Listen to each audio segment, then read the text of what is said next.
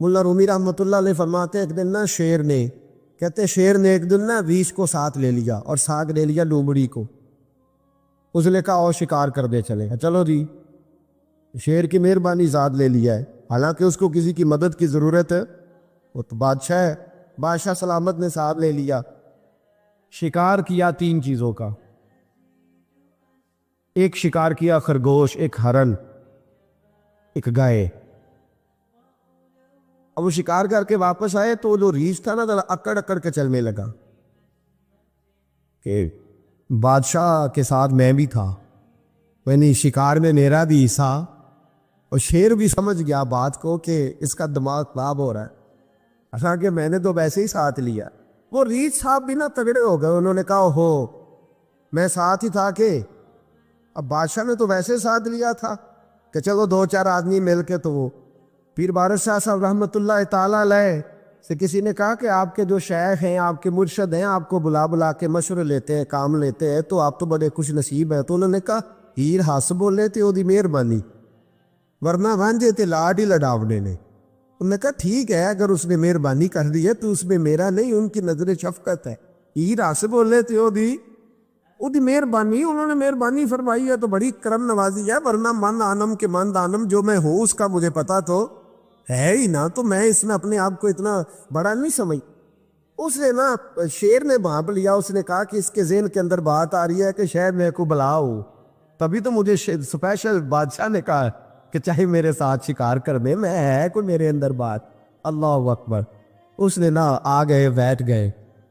اس نے کہا اس سے بادشاہ نے کہ کیا کرنا ہے، اب شکار تو ہو گیا ہے. اس کے اندر تو سودا سمایا ہوا تھا نا. اس نے کہا جی کرنا کیا ہے، بانٹ کے کھانا چاہیے، بانٹ کے کھانا چاہیے. اس کو بڑا غصہ آیا. اس نے کہا اچھا تو مجھے کمزور سمجھتا ہے، میں جو چاہتا تھا کر سکتا تھا، میں نے تو عذرائے محبت تجھے عزت دی، ساتھ لے لی یار، تو بن کے ہی بیٹھ کے ہے. اس نے کہا اچھا بانٹ کے کھانا چاہیے. کہا بالکل. کہا چلو بانٹو. پھر کیسے بانٹنا ہے؟ ہرن کا اور بکرے کا گوشت ایک جیسا ہوتا ہے، بلکہ ہرن کا زیادہ مہنگا ہوتا ہے، لذیذ ہوتا ہے. اب اس نے تقسیم کیسی کی جی؟ اس نے چلاکی کرنی چاہیے. کہنے لگا جی تقسیم سیدھی سی ہے، آپ بڑے ہیں، گائے آپ کی. 3 جانوروں کا شکار ہوا نا، گائے، ہرن اور خرگوش. کہنے لگا آپ بڑے ہیں، گائے آپ کی، میں درمیانہ ہوں تو ہرن میرا، اور لومڑی چھوٹی ہے تو خرگوش ہے لومڑی کا. اس نے کہا تیرا پلا ہو جائے، کیسی تم نے تقسیم کی ہے؟ اس نے مارا پنجا اور ریچھ کو بھی مار دیا. اس نے کہا تو عجیب آدمی ہے بھائی، تجھے تو ذرا موقع دیا ہے تو تو نے ہاتھ ہی وہاں ڈال لیا ہے جہاں بالکل تیرا بنتا ہی نہیں تھا. اللہ اکبر. اس نے کہا اچھا مر گیا. اب لومڑی بھی سنبھل کے بیٹھ گئی. لومڑی ذرا تیز ہے، چلاک ہے. تو ملا رومی علیہ رحمہ کہتے ہیں، اور شیر کہنے لگا لومڑی سے چل تو تقسیم کر، تو تقسیم کر کیا کرنا چاہیے. تو کہنے لگی بادشاہ سلامت تقسیم بڑی سادی سی ہے، سویرے ناشتہ خرگوش کا کرے، دوپہر کو آپ جب کھانا کھانے لگے تو ہرن تناول فرمائے، اور شام کو ذرا آپ زیادہ کھاتے ہیں تو آپ گائے کھائیں. یہی تقسیم ہے. بڑا راضی ہوا شیر. اس نے کہا تو نے یہ تقسیم بڑی اچھی کی ہے، یہ کہاں سے سیکھی ہے؟ کہنے لگی ریچھ کی موت سے سیکھی ہے. ابھی مرا ہے نا میرے سامنے، اس کی موت سے میں نے سیکھی ہے، اس لیے کہ اگر یہ تقسیم نہ کی تو مر میں بھی جاؤں گی. بات تو تفنن کی ہے، ظرافت کی ہے. لیکن ملا رومی کیا فرماتے ہیں؟ وہ فرماتے ہیں دوسروں کی موت سے ہی سیکھ جا. حضرت عمر کا وصال ہوا، قبر پہ مٹی ڈالی جا رہی تھی. حضرت ابو دردہ نے نا یوں مٹی پکڑی ہوئی ہے، تو ایک ایک چلو کر کے مٹی ڈالتے ہیں نا، پہلے 3 چلو ڈالتے ہیں کہ چلو ہمارا بھی اس نیکی میں حصہ ہو جائے. تو مٹی ڈالنے کے لیے نا مٹی پکڑی ہوئی تھی. توجہ ہے آپ کی میری بات پر؟ اس مٹی کو لے کر کے جا رہے تھے حضرت ابو دردہ. مٹی لے کے جاتے حضرت سیدنا ابو دردہ حضرت عمر کی قبر پر ڈالنے کے لیے، یہ پکڑی ہاتھ میں، مٹی ڈالنے کا ارادہ کرتے تو واپس آ جاتے، پھر جاتے تو واپس آ جاتے، پھر جاتے. لوگوں نے کہا ابو دردہ ڈالتے کیوں لے؟ تو آنکھوں میں آنسو آ گئے، رو پڑے. کہنے لگے عزت کے اس کوہ گراں پہ مٹی ڈال دوں، وقار کے اس بادشاہ پہ مٹی ڈال دوں. فرمانے لگے شہنشاہ کردار پر اس پر مٹی ڈال دوں. پھر وہ مٹی پکڑی اور اپنے سر پہ ڈال لی.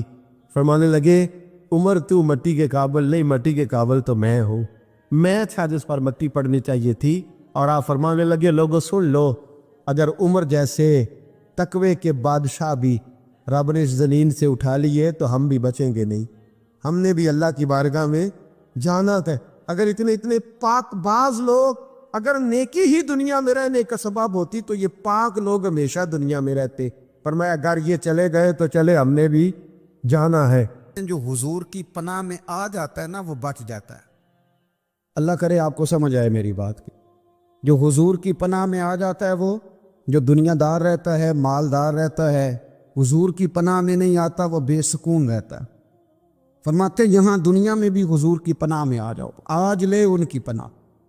اور آج دلیل آپ نے ابن ماجہ کی حدیث لکھی ہے، حضرت تمیم داری حدیث کے راوی ہیں، اعلیٰ حضرت نے لکھی ہے، فرماتے ہیں جو حضور کی پناہ میں آیا بچ گیا۔ دلیل دیتے ہیں، فرمایا انسان تو انسان، جانور بھی آتے تھے تو بچ جاتے تھے۔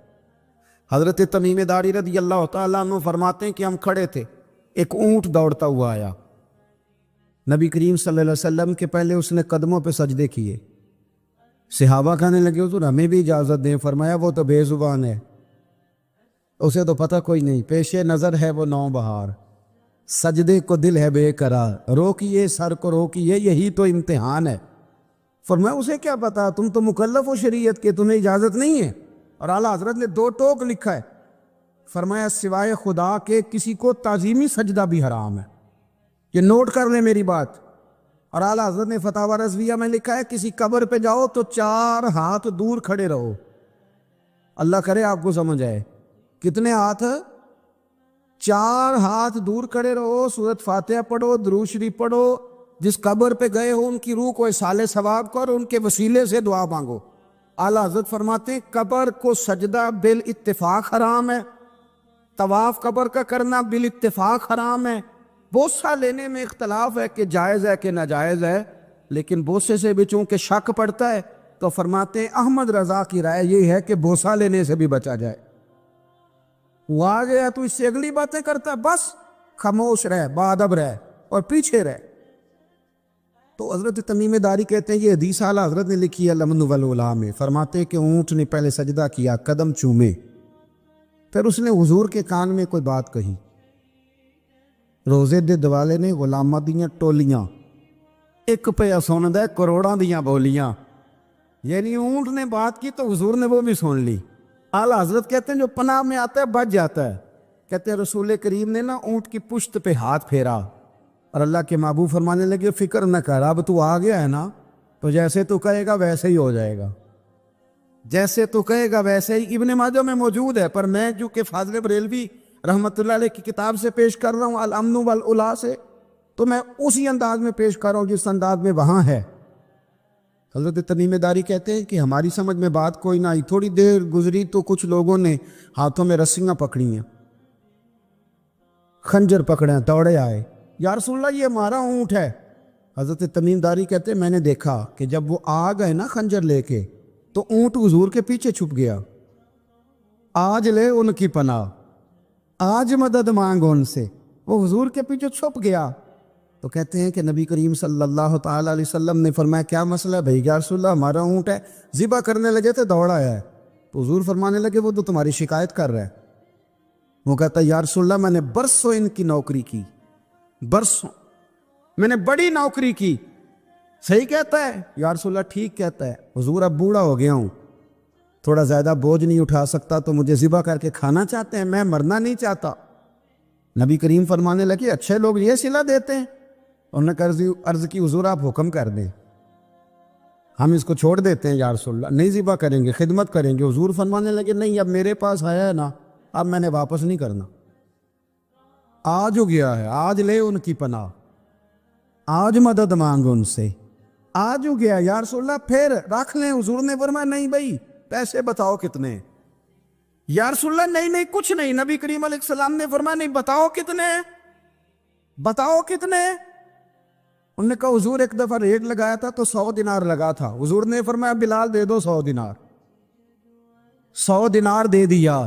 اعلیٰ حضرت فرماتے ہیں دیکھو ان کی پناہ میں آنے کی برکتیں کتنی ہیں، ان سے کہا تم جاؤ، وہ چلے گئے۔ حضور نے پشت پہ ہاتھ پھیرا، فرمایا جا تو آزاد ہے۔ حضرت تمیم داری کہتے ہیں وہ پہلے گیا پھر پلٹ کے آیا، اس نے نبی پاک کے کان میں کو بات کی، کئی باتیں کی، پر میں ایک بات کرتا ہوں، کئی باتیں کی، ایک بات کی تو حضور رو پڑے۔ اونٹ چلا گیا، ہم نے عرض کی حضور یہ کیا کہہ گیا ہے؟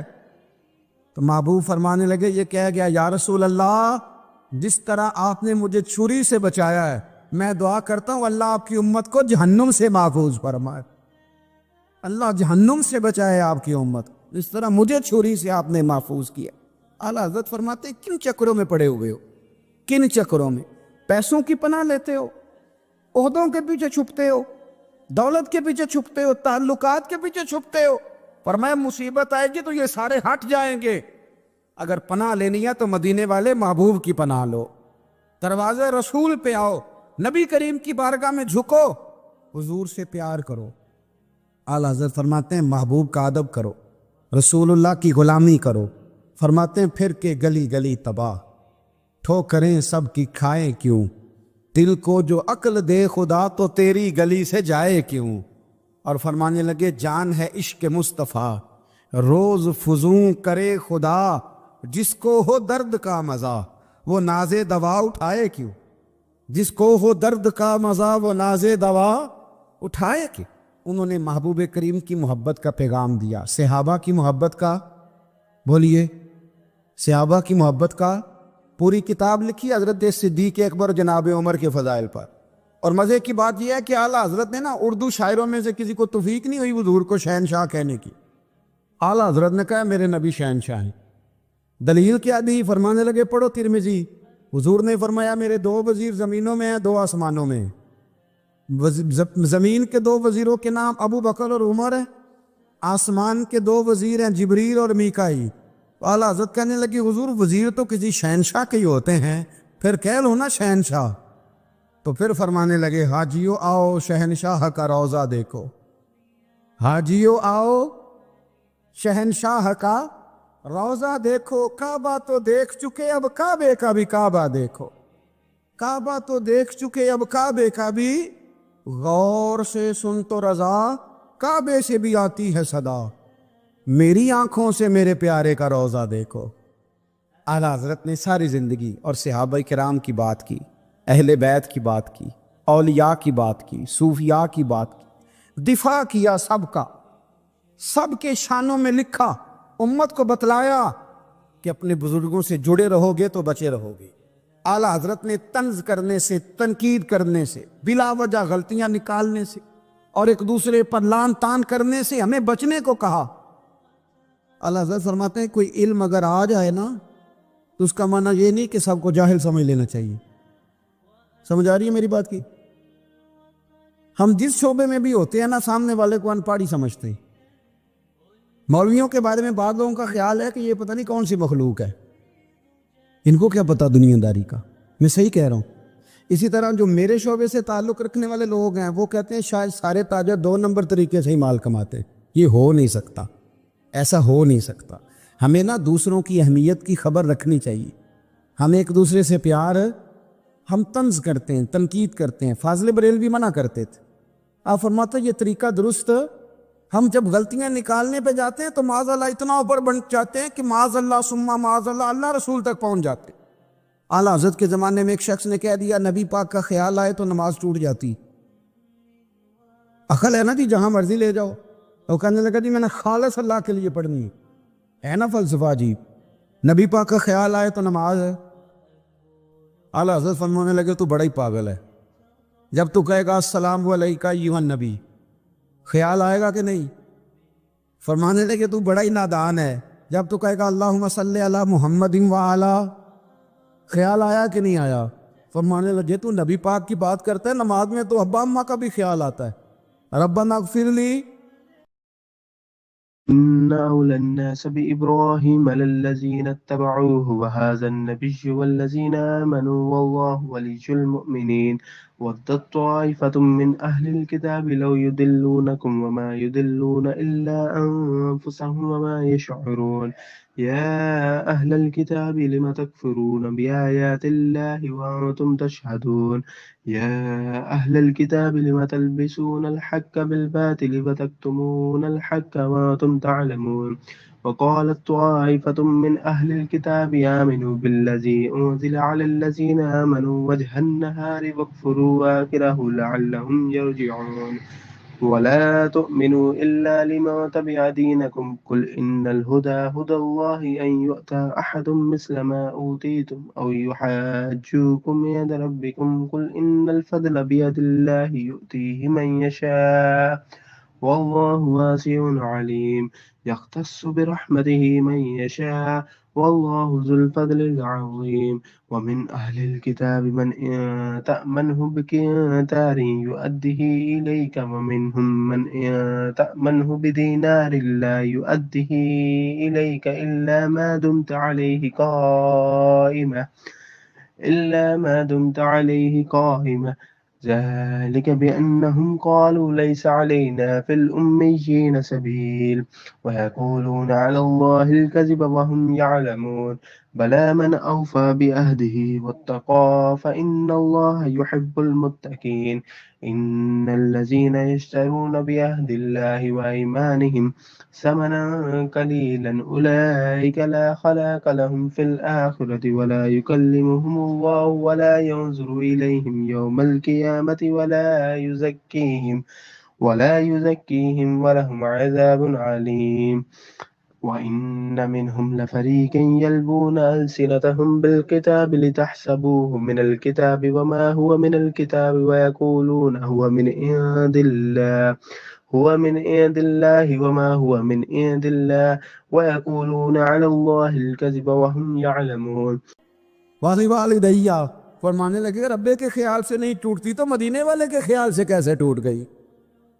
فرمانے لگے بڑا ہی بیوقوف ہے تو۔ اعلیٰ حضرت فرمانے لگے تو کہتے حضور کا خیال آئے تو ٹوٹ جاتی ہے؟ فرمانے لگے جب تک حضور کا خیال آئے نہ نماز ہوتی نہیں، جب تک حضور کا خیال نہ آئے نماز ہوتی نہیں، سوال ہی نہیں پیدا ہوتا۔ لوگوں نے کہا جناب وہ کس طرح؟ تو اعلیٰ حضرت فرمانے لگے اللہ نے کہا قرآن میں واقعی الصلاۃ نماز پڑھو، یہ نہیں بتایا کتنی پڑھنی ہے، اور یہ بھی نہیں بتایا فجر کی کتنی پڑھنی ہے، یہ بھی نہیں بتایا ظہر کی، یہ بھی نہیں بتایا قیام کیسے کرنا ہے، ہمیں یہ بھی نہیں بتایا رکوع کیسے کرنا ہے۔ ہمیں کیسے پتہ چلا؟ جب صحابہ نے کہا نا رب کہتا ہے نماز پڑھیں تو کیسے پڑھیں، تو حضور فرمانے لگے سلو کما رأیتمونی اصلی، نماز اس طرح پڑھو کرو جس طرح مجھے پڑھتے ہوئے دیکھتے ہو۔ تو کہا یہ تو کیسی عجیب بات کر رہا ہے کہ نبی کریم صلی اللہ علیہ وسلم کا خیال آئے۔ اور پھر بڑی مزیدار بات، ایک شخص نے اعلیٰ حضرت سے آ کے نا اس زمانے میں نا ایک آریہ مذہب ہوتا تھا، اب اللہ کا شکر ہے وہ کوئی نہیں، اب ویسے جو بڑے نئے نئے مذہب نکل آئے ہیں، جو آدمی جتنا پڑھ جاتا ہے معاذ اللہ وہ ایک نئی بات ہی شروع کر دیتا ہے، اور جو انوکھی بات کرے اس کے پیچھے رش بھی زیادہ ہو جاتا ہے، سٹائل ذرا ہٹ کے ہو نا جی تو ذرا ماحول جلدی بن جاتا ہے۔ تو وہ آریہ مذہب تھا، تو وہ ایک آریہ آ گیا اعلیٰ حضرت کے پاس، آ کے کہنے لگا کہ فرض کی اہمیت زیادہ ہے کہ سنت کی؟ تو اعلیٰ حضرت فرمانے لگے بھئی اہمیت تو فرض کی زیادہ ہے۔ تو کہنے لگے آپ کا وضو تو پھر سنت سے شروع ہوتا ہے، وضو میں پہلا فرض ہے منہ دھونا، اور آپ سب سے پہلے ہاتھ دھوتے ہیں، یہ بھی سنت، ناک میں پانی ڈالنا یہ بھی، کلی کرنا یہ بھی۔ میری بات کی سمجھ آ رہی ہے؟ اس نے کہا یہ آپ عجیب لوگ ہیں، فرض اگر بڑا ہے تو پہلے فرض ہونا چاہیے تھا۔ سمجھ آ رہی ہے میری بات کی؟ لوگ دین پر بڑے بڑے مختلف اعتراضات کرتے ہیں نا، اس نے کہا جی پہلے ہونا چاہیے تھا فرض، تو منہ دھونا فرض ہے، آپ نے گھٹنوں تک ہاتھ دھوئے، اب یہ جو آپ نے ہاتھ دھو یہ بھی سنت، کلی کری تو وہ بھی سنت، ناک میں پانی ڈالا تو وہ بھی سنت، تو آپ تو چوتھے نمبر پہ فرض ادا کر رہے۔ تو اعلیٰ حضرت فرمانے لگے تم اصل میں محبوب کا غلام نہیں نا، ہاں تجھے کیا پتا ہو یہ بات کیا ہے، تو بیٹھ جا ہم سے سن، ہم تجھے بتاتے۔ اس نے کہا جی کیا مطلب؟ فرمانے لگے یہ محبوب جو ہے نا ہمارے، یہ ہمیں بڑی جگہوں سے بچاتے ہیں، یہ بچا بچا کے فرائض تک لے جاتے ہیں۔ کیا مطلب؟ کہنے لگے حضور نے ہمیں کہا ہے کہ پہلے نا ہاتھ دھو لو، پتہ چل جائے پانی زیادہ گرم تو نہیں، منہ جالی نہ جائے، پہلے نا دیکھ لو فرمایا پھر ناک میں ڈال کے پتہ کرا لو کہ اس میں سے بدبو تو نہیں آتی. سنت بھی ادا ہو گئی، پتہ بھی چل گیا بو تو نہیں آ رہی.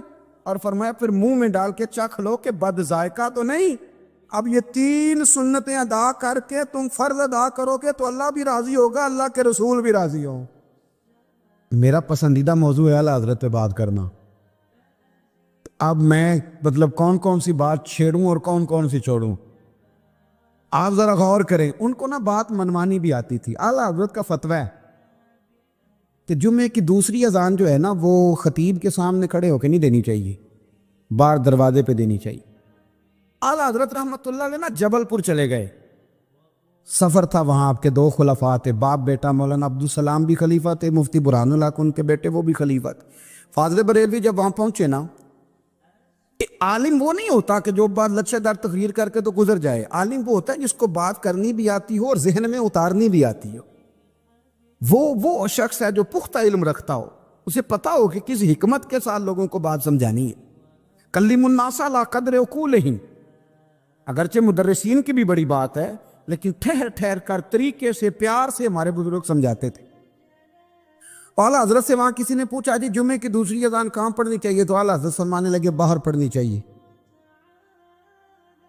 آپ نے وہ فتویٰ دے دیا. وہاں جناب لڑائی شروع ہو گئی. وہاں لوگوں نے کہہ دیا جناب ہمارے ہاں 40 سال سے ہو رہی ہے، کسی نے کہا 35 سال سے. اعلیٰ حضرت فرمانے لگے دین تجربے سے نہیں آتا، دین علم سے آتا ہے. یعنی 40 سال تجربہ ہو گیا تو اس کا مطلب ہے آپ عالم ہو گئے. دین کا تعلق تجربے سے وہ علم سے ہے. وہ بحث ہو گئی. اعلیٰ حضرت نا انگریز کی عدالت نہیں جاتے تھے، فرماتے تھے عدالت تو وہ ہوتی ہے جہاں عدل ہوتا ہے. آپ اس کو کچہری کہتے تھے، عدالت کہتے ہی نہیں تھے، اور کبھی گئے ہی نہیں تھے. انہوں نے مقدمہ کرا دیا اعلیٰ حضرت، پرچہ کٹوا دیا جی مولانا نے فساد کرا دیا. اب وہ جج مسلمان تھا، اس نے ریڈ کر لیا. وہ جو نائب قاصد نہیں، وہ ادری جس کو کہتے ہیں آوازیں دیتا ہے، فلاں بن فلاں حاضر ہو، وہ اعلیٰ حضرت کا مرید تھا. آپ نے اسے بلا کے نا تو ساری بات سمجھا دی. وہ سمجھ گیا کرنا کیا ہے. جب باری آئی نا اعلیٰ حضرت کی تو جج صاحب نے کیس پہلے پڑھ لیا تھا کہ یہ مسئلہ ہے. مولانا کہتے ہیں اذان باہر پڑھو تو کچھ لوگ کہتے ہیں سامنے پڑھنی چاہیے. اس نے کہا بھی بلاؤ مولانا رضا علی خان ولد نقی علی خان. وہ کہنے لگا کھڑا ہو کے نا جج کے سامنے، کانوں میں دونوں بالکل جج کے آواز دینی تھی نا باہر جا کے، تو جج صاحب کے سامنے جج صاحب کی طرف منہ کر کے کہنے لگا مولانا رضا علی خان ولد نقی علی خان حاضر ہو. اور جج کہنے لگا بیوقوف باہر جا کے کہنے لگے یہی تو میرے پیر کہتے ہیں، یہی تو وہ فرماتے ہیں کہ خطیب تو آیا بیٹھا جمعہ پڑھانے، وہ تو آیا ہوا ہے، باہر جا کے کہے جو نہیں آئے انہیں بھی پتہ چل جائے کہ جمعہ پڑھنا ہے، یہی تو وہ کہتے ہیں. وہ جج کہنے لگا مولانا کو آنے کی ضرورت نہیں، وہ جو بھی کہہ رہے ہیں ٹھیک ہی کہہ رہے ہیں، وہ ٹھیک کہہ رہے ہیں جو بھی کہہ رہے ہیں. انہوں نے فکری طور پر لوگوں کی تربیت کی، انہیں بات سمجھا. ایک مولانا نے کہہ دیا کہ نبی پاک صلی اللہ علیہ وسلم کو تو غیب کا علم ہی نہیں، تو اعلیٰ حضرت فرمانے لگے تو بتا اگر نہ ہو حضور کو غیب کا علم تو تیرا کیا فائدہ ہے؟ سوچنے کی بات ہے نا بھائی، کوئی اختلاف نہیں، لیکن کسی کا کیا نقصان ہے اگر اللہ اپنے نبی کو غیب کے خزانوں کی چابیاں دے؟ ہے کسی کا نقصان؟ عجیب فلسفہ ہے نا. میں سفر کرتا رہتا ہوں تو بچے میپ لگا لیتے ہیں، اس کو غیب ہے کدھر جانا کدھر نہیں جانا، لے جاتا ہے کہ نہیں؟ لیفٹ ہو جاؤ رائٹ ہو جاؤ، کس نے بتایا اسے؟ اس کی بات ماننا اسلام کے کفر. اللہ اکبر، الجھ گئی نا بات. پھر وہ بتاتا ہے کہ آپ 5 گھنٹے 4 منٹ میں فلان جگہ پہنچ جائیں گے، تو اتنی دیر میں بندہ پہنچ جاتا ہے این ٹائم پہ. تو یہ بات ماننا اسلام کے کفر. لیکن مجھے افسوس اس بات کا ہے کہ ڈاکٹر کا الٹرا ساؤنڈ ماننے والے، میپ کی باتیں ماننے والے، کل اتنے بجے بارش ہو جائے گی یہ ماننے والے، اگر کہا جائے کہ رسول پاک نے یہ غیب کی خبر دی ہے تو لوگ اڑ جاتے ہیں. اعلیٰ حضرت فرماتے ہیں یوں نہ کرو جسے کوئی سائنسدان پڑھائے، اگر وہ بہت ساری باتیں بتا سکتا ہے تو جسے رب رحمان پڑھائے. رحمان علم القرآن خلق الانسان. میں تم بات ہی نہیں مانتے. فاضل بریلوی نے الدولت المکیہ پوری کتاب لکھی ہے، اور آپ فرماتے ہیں اللہ نے سب سے زیادہ غیب کی خزانوں کی چابیاں اپنے نبی کو عطا فرمائی ہے. تو آپ نے ہر محاذ پر حضور کی شان بیان فرمائی، نبی پاک کی عظمتوں کے تذکرے کی. آپ نے فرمایا کہ اولیاء اللہ، صوفیاء، بزرگ، ان پر تنقید نہ کرو. ہمارا نا آج مزاج بن گیا ہے. میں اکثر کہتا ہوں کہ لوگوں کا ذائقہ خراب ہو گیا ہے. یہ جو لوگ کہتے ہیں نا نماز میں دل نہیں لگتا، محفل میں سرور نہیں آتا، ہم جب اینک تنقید کی لگا کے جاتے ہیں تو کیسے مزہ آئے گا؟ جب ہم سامنے والے کو اچھا ہی نہیں سمجھ رہے، سب سے اچھے ہم خود ہیں۔ میں اکثر کہا کرتا ہوں کہ جب تک ہم تھوڑا سا نیچے بیٹھ کے اوپر نہیں نہ دیکھتے، بندے ہمیں بڑے نظر نہیں آئیں گے، چھوٹے چھوٹے نظر آئیں گے۔ ہم ہمیشہ اوپر کھڑے ہو کے نیچے دیکھتے۔ مہربانی فرمائیں۔ بڑی شاندار بات لکھی اعلیٰ حضرت بریلوی نے ملفوظات شریف میں۔ آپ فرماتے ہیں 2 بڑے زبردست قاری تھے، تلفظ اچھا ہی ہونا چاہیے، لیکن اس کا یہ مطلب نہیں کہ پھر آپ سب پہ تنقید ہی کرتے رہیں۔ اعلیٰ حضرت فرماتے 2 قاریوں نے نا ایک بزرگ کے پیچھے نماز پڑھی تو ان کے نا کچھ قواعد مستحب، کچھ قواعد ٹھیک نہیں تھے، تو کہنے لگے شہرت تو بڑی سنی تھی پر بابے کو تو قرآن بھی صحیح نہیں پڑھنا آتا۔ یہ اعلیٰ حضرت نے لکھا ہے، چھوڑو جو یہ بھی کو بلی ہے۔ فرماتے ہیں بس مستحب قواعد ٹھیک نہیں تھے، جو چیزیں ضروری ہیں وہ ٹھیک پڑھتے تھے بابا جی۔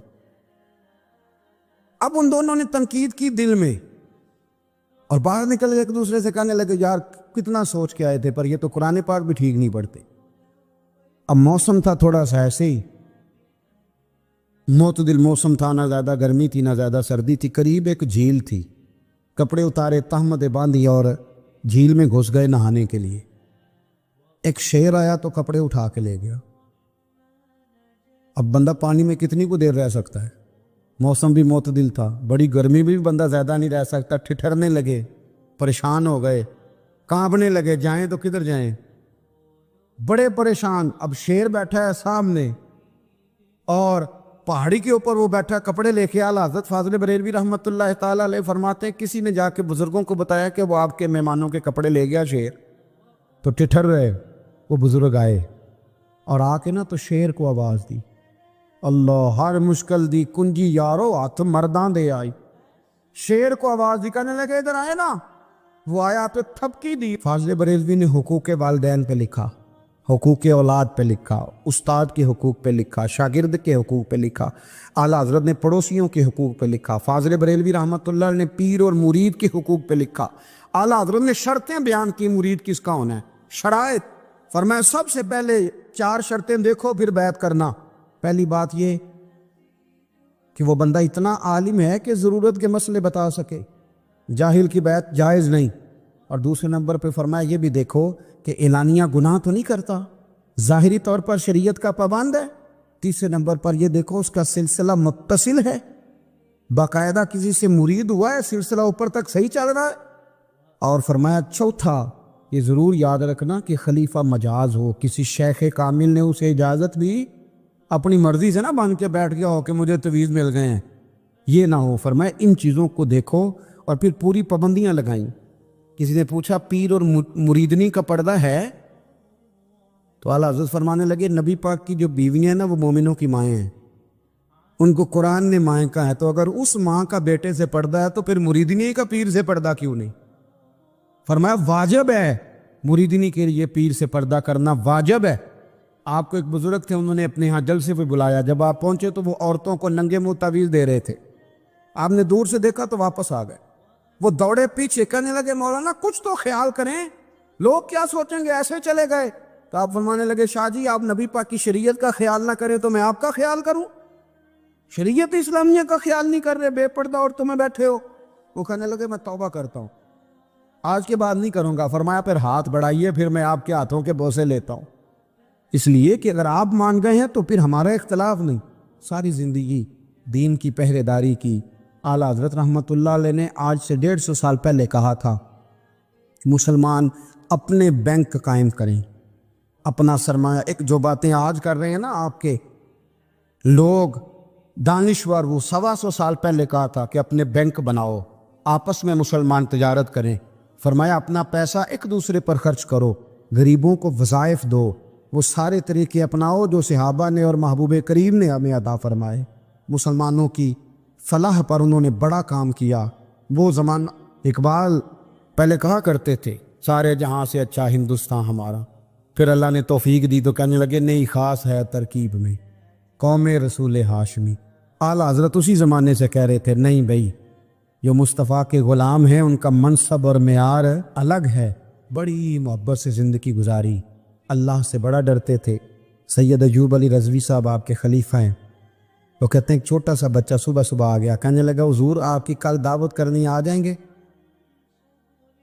آپ نے فرمایا آ جاؤں گا. کہنے لگا میں یتیم ہوں, باپ میرا فوت ہو گیا, میرا بڑے دل کرتا ہے آپ سے محبت ہو گئی. فرمایا کب آؤں؟ اس نے کہا کل آ جانا. کیا کھلاؤ گے؟ تو چنے کی دال اس نے جھولی میں ڈالی. کہنے لگا حضور میں لے آیا اور رات کو بھگاؤں گا, کل آپ کو کھلاؤں گا. آپ بیمار رہتے تھے, دوپہر کو سوجی کے بسکٹ کھایا کرتے تھے. سید صاحب کہتے ہیں جب وہ جانے لگا تو اعلیٰ حضرت فرمانے لگے اگر اجازت دو تو ایک بندہ ساتھ لے آؤں. کہنے لگا لے آؤ. فرماتے ہیں اس کے گھر گئے تو اندر بیٹھنے کی جگہ بھی نہیں تھی. 1000 کتاب کے مصنف, لاکھوں کروڑوں مریدوں کے پیر, امت مسلمہ کتنے بڑے لیڈر. کہتے ہیں اس نے نا باہر گلی کے باہر دروازے کے باہر چٹائی بچھا دی. کہنے لگا حضور اندر جگہ نہیں ہے, میری اماں ہے اور آپ عورتوں سے بڑا پردہ کرتے ہیں. اعلیٰ حضرت باہر بیٹھ گئے زمین پہ. اس کو کہتے ہیں لاجپال پیر. باہر بیٹھ گئے. وہ چنے کی دال لایا اور باجرے کی موٹی روٹیاں. آپ کو تکلیف رہتی تھی پیٹ میں, آپ وہ چیزیں استعمال نہیں کرتے تھے, پر 1.5 روٹی کھائی. کھانے کے بعد کہا جائیں. کہنے لگا نہیں میری اماں آگ جلا رہی ہے, چائے پی کے جانا. وہ چائے آئی. جو بندہ سڑک سے گزرتا حضور یہاں بیٹھنے, فرمایا جاؤ کام کرو, دعوت ہماری ہے تمہاری نہیں, جاؤ اپنا کام کرو. وہاں بیٹھ کے کھانا کھایا. جب واپس نکلے تو اس بچے نے اجازت دی جائیے. واپس آئے تو کچھ چہرے پہ کمزوری کے آثار تھے, کچھ تکلیف پیٹ میں شروع ہو گئی. سید صاحب کہنے لگے حضور آپ نے کیا کیا, بیمار ہو جائیں گے. فرمانے لگے ایوب علی یار بیماری تو ٹھیک ہو جائے گی, پر تو نے دیکھا نہیں یتیم کا دل کتنا راضی ہو گیا ہے, کتنا راضی ہو گیا اس کا دل, کتنا وہ خوش ہوا ہے. اور فرمایا جب یتیم راضی ہوتا ہے تو اللہ بھی راضی ہوتا ہے, اللہ کے نبی بھی راضی ہوتا ہے. بڑی پرہیزگاری والی زندگی گزاری. 3 باتیں ان کی زندگی کا اصول تھا. ایک فرماتے تھے تمسک بالدین کرو, مضبوطی کے ساتھ دین کو پکڑ لو. اور دوسرا فرماتے تھے جو اللہ رسول کے دشمن ہیں ان سے ہمیشہ بچو, جو ذرا بھی کہیں بے ادبی کرے اس سے پرہیز کرو. اور تیسرے نمبر پہ فرماتے تھے اگر سکھ ہی جینا چاہتے ہو تو عشق رسول میں جینا سیکھو, ورنہ دنیا سے تو پیار ہو ہی جائے گا, دولت سے تو ہو ہی جائے گا, محبوب سے کرو گے تو زندگی سکھی ہو جائے گی. اللہ ہمیں ان کے فیضان سے فیض یاب فرمائے. سنو, وہ آپ نے حدیث سنی ہے نا کہ 70 صحابہ تھے اور ایک دودھ کا پیالہ تھا. تو حضور نے 70 کو پلایا تو 71ویں نمبر پر پیا. مصطفیٰ کریم نے فرمایا اگر میں اللہ کا رسول ہو کے 70 غلاموں کا جھوٹا پیتا ہوں, تو بتا تیرا یہ بخاری مسلم ہے. لیکن اب ہماری نفاست پسندیوں کے رنگ بھی نالے ہیں نا, انہیں روٹی کھا لی ہے. اور اکثر اگر آپ ناراض نہ ہو تو بات کرنی پڑتی ہے, جب سامنے آ جاتی ہے تو کرنی پڑتی ہے. امیر کا جھوٹا ہو تو پھر خیر ہے, اگر غریب کا ہو تو جی اے چور صاحب تو پیے اور دے دیو تو یہ ماڑے دا ہاتھ لگ گیا کہ تو کے لیا. یہ ظلم ہے, یہ زیادتی ہے. اس کا مطلب ہے نفاستیں بھی ہم دولتوں سے آئیں گی, دولت سے آئے گی معاذ اللہ. سن بہرحال عنوان نہیں, حضرت جابر بن عبداللہ رضی اللہ تعالی عنہ, بخاری مسلم ہے. کہتے جب خندق کی جنگ ہو رہی تھی نا, غربت بڑی تھی, قحط بڑا تھا, صحابہ پریشان تھے, 2-2 3-3 پتھر پیٹ پہ باندھے ہوئے. میں حضور کو دیکھ کے گھر آیا تو زوجہ سے کہا بھلی مانس کچھ ہے کھانے کی؟ کہنے لگی تھوڑے سے جو ہے. تو میں نے کہا پیسو گی تو کتنی روٹیاں بنے گی؟ کہنے لگی 2-3. 4 بن جائیں گی. کہنے لگے سالن. تو زوجہ کہنے لگی اگر وہ بکری کا بچہ ذبح کرو تو 3-4 بندوں کا سالن بھی بن جائے گا. کہتے میں نے اسے ذبح کیا, بیوی سے کہا تو جاؤ پیس. کہتے میں نبی کریم کی بارگاہ میں حاضر ہوا صلی اللہ علیہ وسلم, حضور کی خدمت میں. زوجہ کہنے لگی کان میں کہنا حضور کے سارے نہ آئے, جس طرح لیڈروں کے کھانے اندر ہوتے ہیں علیحدہ, اور جو نعرے لگا رہے ہوتے ہیں نا سویر سے انہیں ڈبہ ملتا ہے, لیکن وہ پھر بھی نعرے لگاتے ہی رہتے ہیں. مجھ پہ الزام لگنے لگا ہے کہ آپ سیاست دانوں کو ہر جمعے میں رگڑا دیتے ہیں. تو میں کہنا انہوں صحیح کر چھوڑو, پھر اسی مڑ جانے ہیں, انہوں کو سیاڑے ہو جائیں. یہ سیانے نہیں ہو رہے, ہمیں بات کرنے کی بھی اجازت نہیں. شعر کہہ دیتا ہوں کہ ہم آہ بھی کرتے ہیں تو ہو جاتے ہیں بدنام, وہ قتل بھی کر دیں تو چرچا نہیں ہوتا. انہوں نے نہ کدی پوچھا جی, سانو آخیا جی چپ رہو. لیکن بھائی یہ اس ممبر کا تقاضا ہے, میرے امام اعظم کا فتویٰ ہے, جو عالمی حالات سے باخبر نہ ہو وہ جمعے کا خطبہ نہ دے. وہ جو رٹی رٹائی باتیں ہم سے نہیں ہوتی, اس لیے کہ جلال بادشاہی ہو یا جمہوری تماشا ہو, جدا ہو دین سیاست سے تو رہ جاتی ہے چنگیزی. حق بات انشاءاللہ ہو رہی ہے اور ہوتی رہے گی. وہ بات صاف ستھری ہے, اگر کوئی بات ایسی ہوگی تو وہ بات اگر غوث پاک اپنے خطبہ جمعہ کے اندر کہہ سکتے ہیں کہ میں ظالموں کو حکمران نہیں بننے دوں گا تو ہم تو ان کے نوکر ہیں نا، پھر ہم قادری کیسے ہوئے اگر غوث پاک کے طریقے پہ عمل ہی نہ کریں تو؟ اس لیے مہربانی کریں ہمیں کوئی شخص ایسا مشورہ نہ دے، بلکہ کئی دفعہ ظلم ہوتا ہے جب کوئی مشورہ دیتا ہے تو اور تیز ہونے دل کرتا ہے، اس لیے مہربانی کریں ایسی کوئی مشاورت نہ کریں، بالکل جو غلط بات کرے گا اس پہ ہم بولیں گے اور آہستہ آہستہ نہیں، کھل کھلا کے بولیں گے، بالکل بولیں گے، اس لیے کہ اللہ نے زبان دی ہے، وہ کسی وڈیرے کے قدموں میں بیٹھنے کے لیے نہیں دی، وہ رسول اللہ کے ترانے پڑھنے کے لیے دی ہے۔ پھر ترانے پڑھنے، اگر حضرت بلال رسیوں میں بند ہو کے اور ابو لہب اور عتبہ اتیبہ اور عبداللہ بن جدان اور امیہ بن خلف جیسے لوگوں کے بیچ کھڑے ہو کے کہہ سکتے ہیں نہیں بات جو سچی ہے وہ کی جائے گی، تو ہم ممبر رسول پہ بیٹھ کے نہیں کہہ سکتے؟ اپنے بھی خفا مجھ سے ہے، بیگانے بھی ناخوش، میں زہر حلال کو کبھی کہہ نہ سکا کن، میں کہتا ہوں وہی بات سمجھتا ہوں جسے حق نے ابلائے مسجد ہوں میں توحید کا فرزند، اس لیے کوئی شخص یہ نہ سمجھے۔ ہاں یہ بات علیحدہ ہے کہ ہمارا سیاسی ایجنڈا کوئی نہیں، ہمارا ایجنڈا رسول اللہ کی نوکری ہے صلی اللہ علیہ، سیاسی ایجنڈا کوئی نہیں، اللہ کے وجہ کی محبت تو سیاست کا چلن چھوڑ دیا، ہم اگر عشق نہ کرتے تو حکومت کرتے، وہ بات علیحدہ ہے۔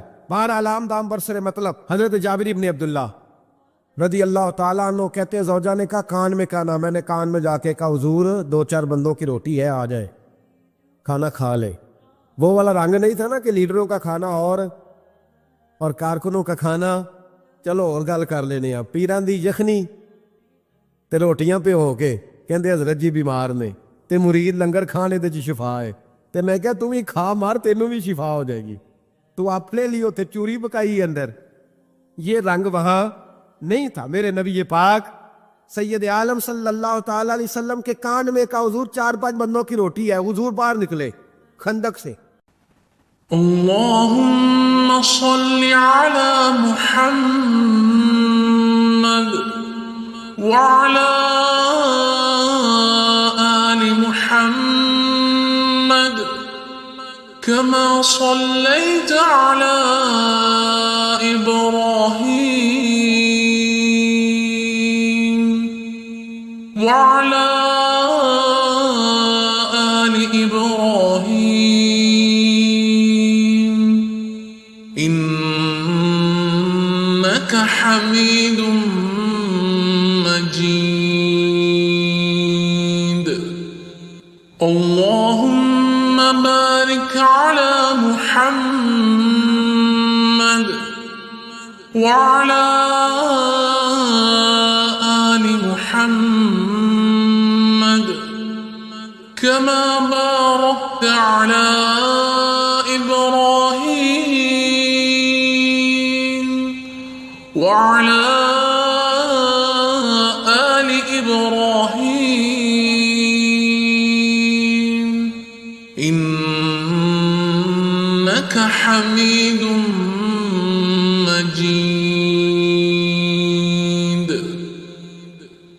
باہر نکل کے فرمایا چلو بھئی سارے، جابر نے کھانا پکایا ہمارا، حضرت جابر کہتے میں نے دوڑ لگائی گھر آ گیا اور میں نے کہا تجھے تیری مار ہوئے، حضور تو 1000 سے زیادہ بندہ لے کے آ رہے، تو کہتی تو نے کہا نہیں تھا نبی پاک سے 4-5 بندوں کا ہے۔ حضرت جابر کی زوجہ کا عقیدہ سنو، کہنے لگے میں نے تو کان میں کہا تھا، دوسرے نے سنا بھی نہیں، وہ تو حضور نے کہا سارے چلو، تو کہتے ہیں زوجہ مجھے تسلی دینے لگی، کہنے لگی بس جو نبی آ رہے ہیں وہ انتظام بھی کرائیں گے، جو آ رہے ہیں وہ انتظام بھی کرائیں گے۔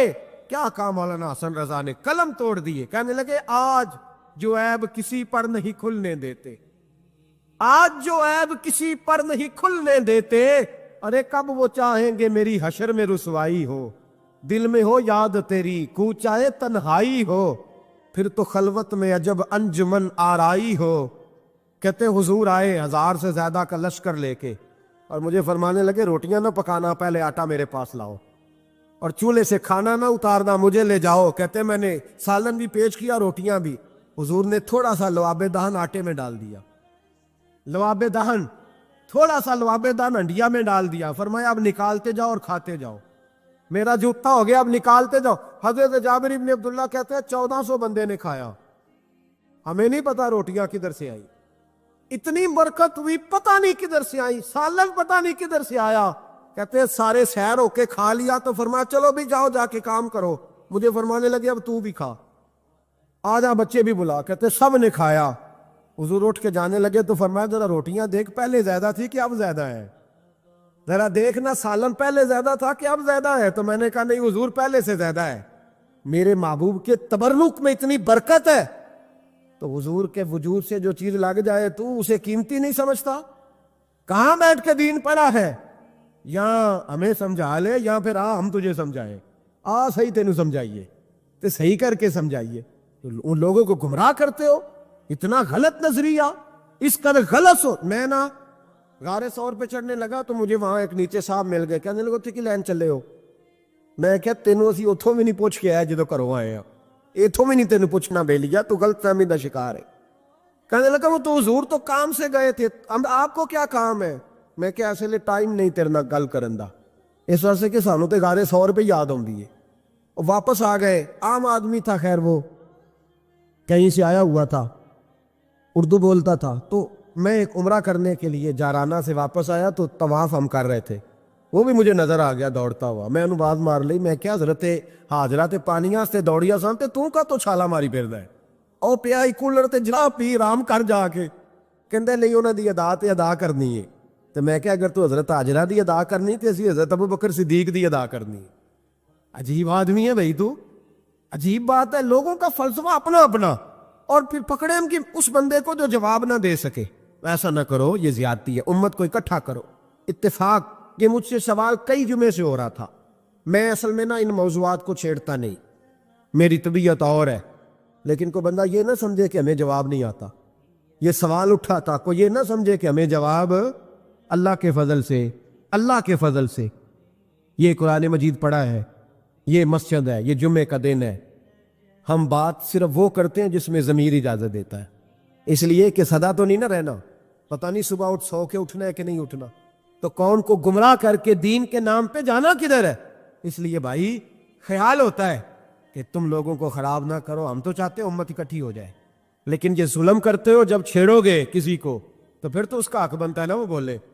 پھر چھیڑا جاتا ہے. تھوڑے دن ہوئے حضرت حلیمہ سعدیہ کا سارا گھر گرا دیا، بلڈوزر چلا دیا. کہنے لگے یہاں لوگ آتے ہیں تو شرک ہوتا ہے. اور میں نے کہا جہاں اللہ کریم نے توحید پھیلانے کے لیے رسول کو بھیجا، 4 سال جہاں نبی پاک رہے، وہاں کیسے شرک ہو سکتا ہے؟ کس طرح کی تو بات کرتا ہے؟ بہرحال جہاں میرے نبی پاک بیٹھ جائیں وہ جگہ برکت والی ہو جاتی.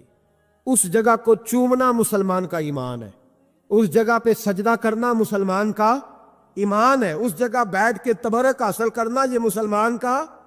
میں تو پہلی دفعہ ریاض الجنت میں داخل ہوا تو میرے ساتھی کہنے لگے کیا ہوا؟ میں کہا ادھر آؤ، لوکاں نو اگے جا کے ملنی، سانو ایتھے ہی لب گئی ہے.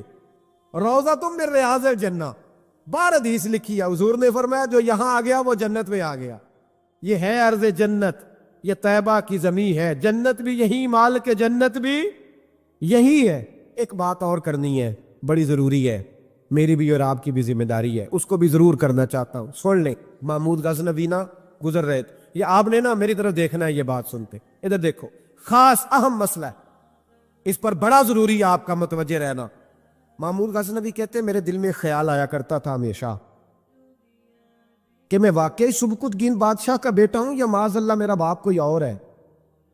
اور ایک خیال مجھے آتا تھا کہ قیامت واقعی قائم ہوگی، شک رہتا.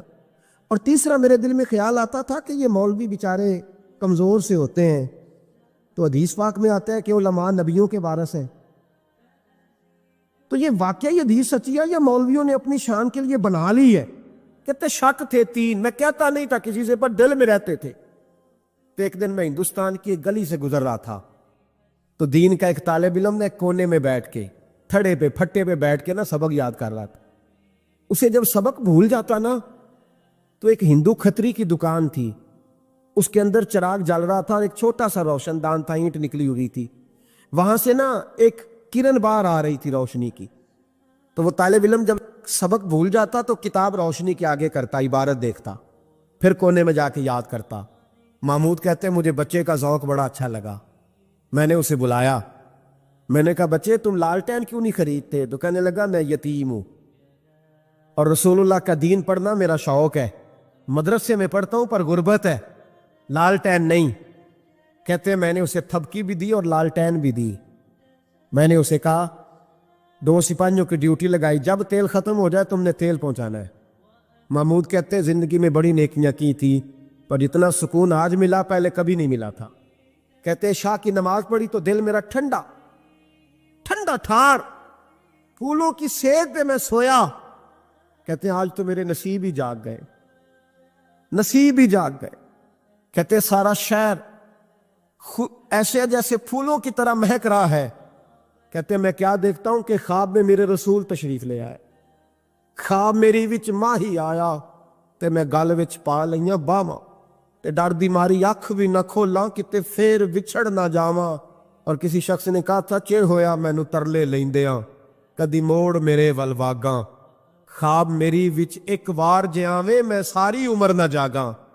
کہتے ہیں حضور آئے خواب میں, ایک جملہ حضور نے کہا, ایک جملہ نبی پاک صلی اللہ علیہ وسلم نے کہا ایک, اور میرے تینوں سوالوں کے جواب دے دیے.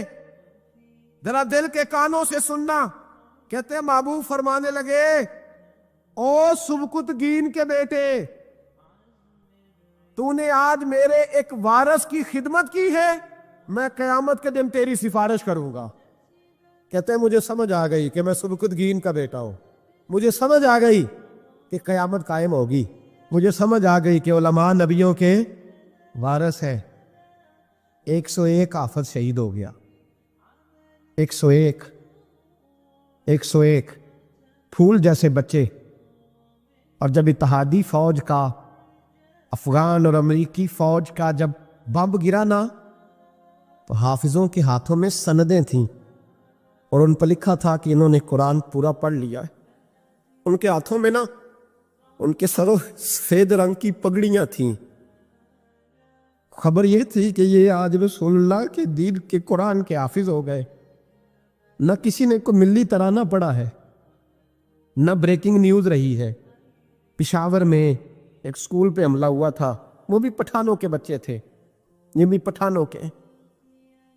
فرق کیا ہے, میں مدرسے کا طالب علم ہوں, مجھے آج بتائے سارا معاشرہ کہ اگر میتھمیٹک پڑھنے والے مدرسے پہ حملہ ہو تو ملی ترانے بنے اور میڈیا چیخے, فوج حرکت میں آئے, اور اگر قرآن پڑھنے والا 101 شہید ہو جائے تو کوئی پرواہ نہیں.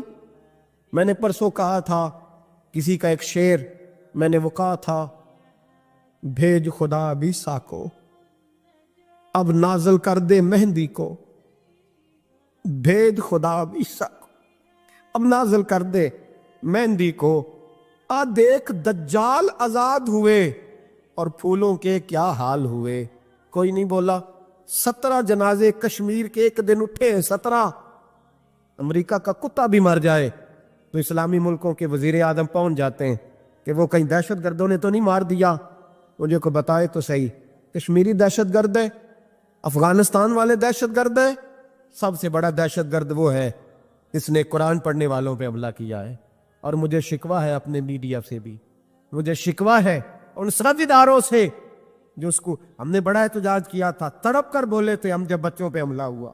میری ریکارڈنگ آپ اٹھا کے دیکھیں, اتنی سخت تقریر شاید ہم نے کبھی نہ کی ہو. لیکن حافظ اگر کٹ جائیں تو کوئی پرواہ نہیں, حافظ اگر کٹ جائیں تو کوئی پرواہ نہیں. یہ بچے ہمارے پاس قرآن مجید یاد کرتے ہیں, ہم سے کوئی پوچھے ان کا درد کیا ہے, ہم سے کوئی پوچھے ان کی تکلیف کیا ہے. وہ حافظ جتنے 4 سال لگا کے ایک ٹانگ پہ بیٹھ کے پورا قرآن یاد کیا, ایک ٹانگ پہ, اور جس دن اس کا مکمل ہوا تم نے بمب سے اس کی بوٹیاں بکھیر دیں. امریکہ ٹوٹنے والا ہے لیکن ہمیں اس کے ٹوٹنے سے زیادہ افسوس نہیں, ہمیں ان پہ زیادہ افسوس ہے جو ظالم اس کے اتحادی بنے ہوئے ہیں, جو مسلمان کہلا کے اس کے اتحادی بنے ہوئے ہیں. تم نے رسول اللہ کو منہ دکھانا ہے. یاد رکھنا یہ طالب علم میرے نبی کے دین کے وارث ہیں. حضور نے فرمایا ہے 70 آدمی ساری رات کھڑے رہ کے عبادت کریں, ایک عالم عشاء پڑھ کے سوئے, فجر کے وقت اٹھے, پھر بھی اللہ رسول کی نظر میں عالم کی زیادہ قدر ہے. امریکہ کو خدشہ ہے علماء سے, وہ ڈرتا ہے رسول اللہ کا نام لینے والوں سے, لیکن ہم انہیں بتائیں گے میں نے تہیہ کیا ہے، میں ایک چھوٹا آدمی ہوں، پر میں نے تہیہ کیا ذاتی طور پر کہ اگر ہم 40 بچوں کو قرآن مجید یاد کراتے تھے تو اب ہم 100 بچوں کو کرائیں گے. جو 100 کو کراتا تھا اب 200 کو کرائے گا انشاءاللہ تعالی. ان ایک ایک بچوں کی شہادت کے عوض ہم سینکڑوں بچوں کو قرآن مجید یاد کرائیں گے اور تمہیں بتائیں گے یہ مصطفیٰ کا دین ہے. اسلام کی فطرت میں قدرت نے لچک دی ہے، اتنا ہی یہ ابھرے گا جتنا کہ دبا دو گے.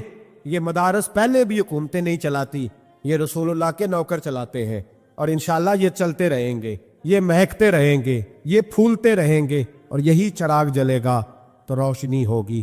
آخر دعوانا ان الحمدللہ.